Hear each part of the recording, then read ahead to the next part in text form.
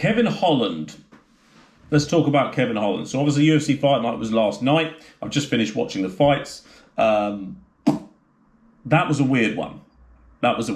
So obviously Kevin Holland, 5-fight win streak, all 5 fights coming in 2020. Lots and lots of hype behind him. Most recently, a stunning knockout of Jacare Souza. And now he's been given the guy I like to call the gatekeeper, Derek Brunson. And I feel bad about calling Derek Brunson the gatekeeper, but he is.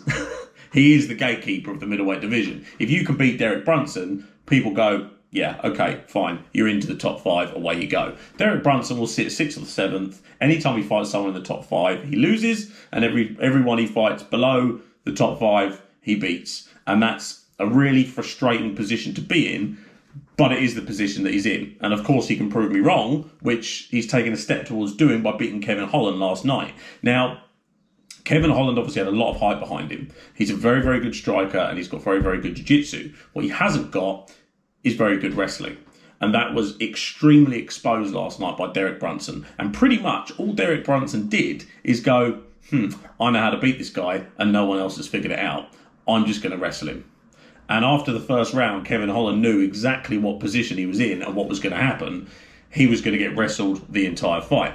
Now, there were moments, I think he had a moment in the second round where there was a sort of a toing and throwing, and Kevin Holland caught Derek Brunson, just unfortunately got his leg caught up in the air and then got taken down, and then more of the same.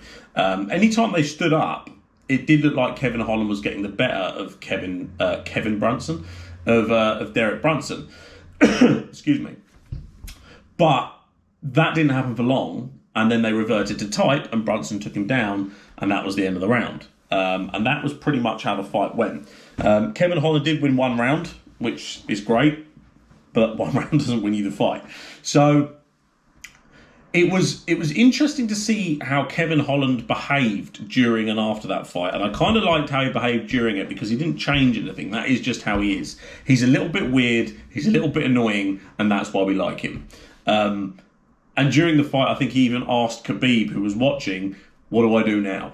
How do I fix this? Why do I keep getting taken down? I think Khabib said something back, like, you've got to work on your wrestling, brother, or something. But very funny. But the Kevin Holland hype train has ground to a halt. So he now kind of has to go back to the drawing board. And I'm looking at the rankings now, and Kevin Holland sits number 10. So Uriah Hall sits number 9, Kelvin Gastelum sits number 8, Chris Weidman sits number 11. Oh, they're all good fights, aren't they? Kevin Holland versus Chris Weidman. I like that fight. Kevin Holland versus Uriah Hall. I like that fight. Kevin Holland versus Kelvin Gastelum. I like that fight. Obviously, Gastelum's got his hands full with Robert Whittaker. But there are great fights for Kevin Holland to have. And that's the good thing about where he sits. He won 5 last year, and none of them were against anyone in the top 10. So as far as his star goes, he hasn't lost to anyone inside that top 10 aside from Derek Brunson. That won't hurt him too much. It's when you start losing 2, 3, 4 times against the people in the top 10, you start to run into problems. Matchmaking issues. People just don't really want to watch you fight. Do you know what I mean? It's a little bit difficult to sell. But when Kevin Holland hasn't really fought anyone inside that top 10 outside of Derek Brunson, there's still a lot of fun matchups for him, and he's still going to be relevant, entertaining, and fun.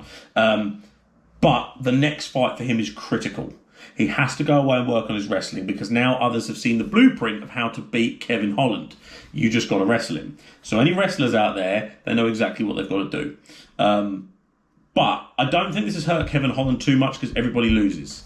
You know, it's not a big thing. He obviously lost before to Thiago Santos. I think it was Thiago Santos. Who did he lose to? He took Thiago Santos' fight on short notice, didn't he? Anyway, I digress. So, as far as Kevin Holland goes, I don't think this has hurt him. As far as Derek Brunson goes, I don't know what you do with him now. I don't know what you do with him.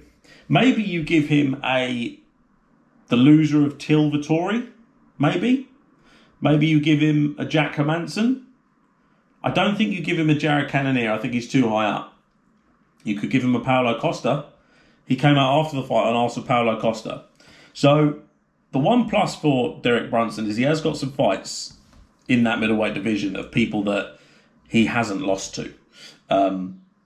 Do I think he's going to make a run at the title? No. Do I think Kevin Holland can come back? Yes. One thing's for sure, both of those two have got some fights left in them, and they've got some good fights left in them as well.